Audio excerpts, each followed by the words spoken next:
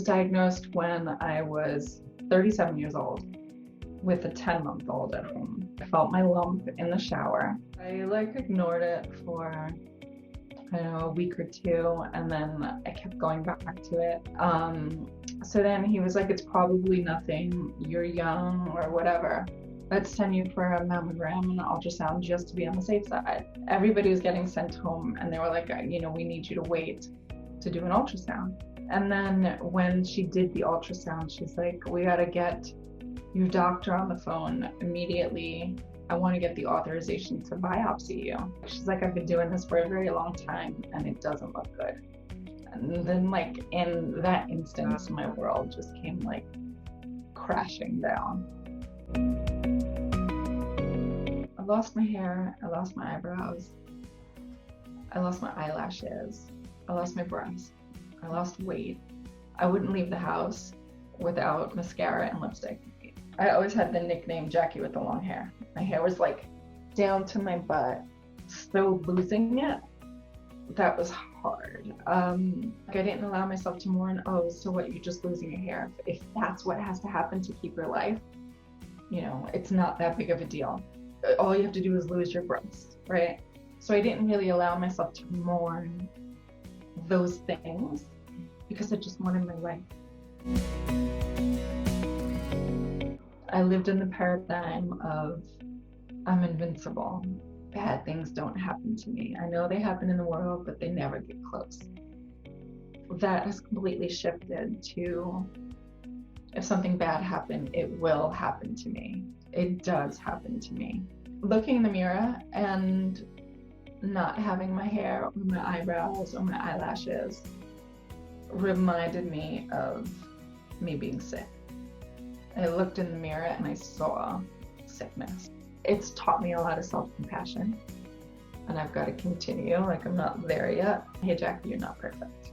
Don't allow it to overwhelm you. Just do it little by little. It's a daily process. A daily process. There's not one day that goes by that I don't think about cancer. From the phone calls to see how I was doing, to the text message just thinking about you and praying for you, to the meal organization, to the fundraising that my friends did for me, to my mom who came over to take care of my children while I was, going through treatment, to my husband who never missed an appointment. I honestly never felt so loved in my life. I'm always the one doing. It was the one time where I had to stop and let it in. Be your own advocate. Trust your gut. Be intentional about what you're searching for, because Google could be a downward spiral. So I only search success stories. Take whatever time you need to work through it and accept it, and you'll never hear me say my cancer. I'll never own it. It's always the cancer. I'll never say mine because I don't want to own it. Their story is not your story, right? So when you're on social media and you see somebody has a reoccurrence, doesn't mean you're going to have one. If you're on social media and somebody is doing amazing things and they beat their cancer, that's wonderful, but don't beat yourself up because you're not there yet. Finding 540, there were a bunch of women in and around my age group with the same sort of stories.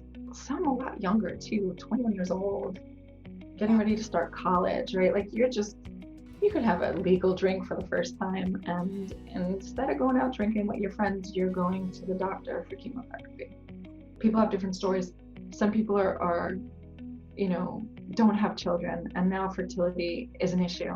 I couldn't even imagine what my life would be like without my kids, and not being told that there's a possibility you might not be able to have kids.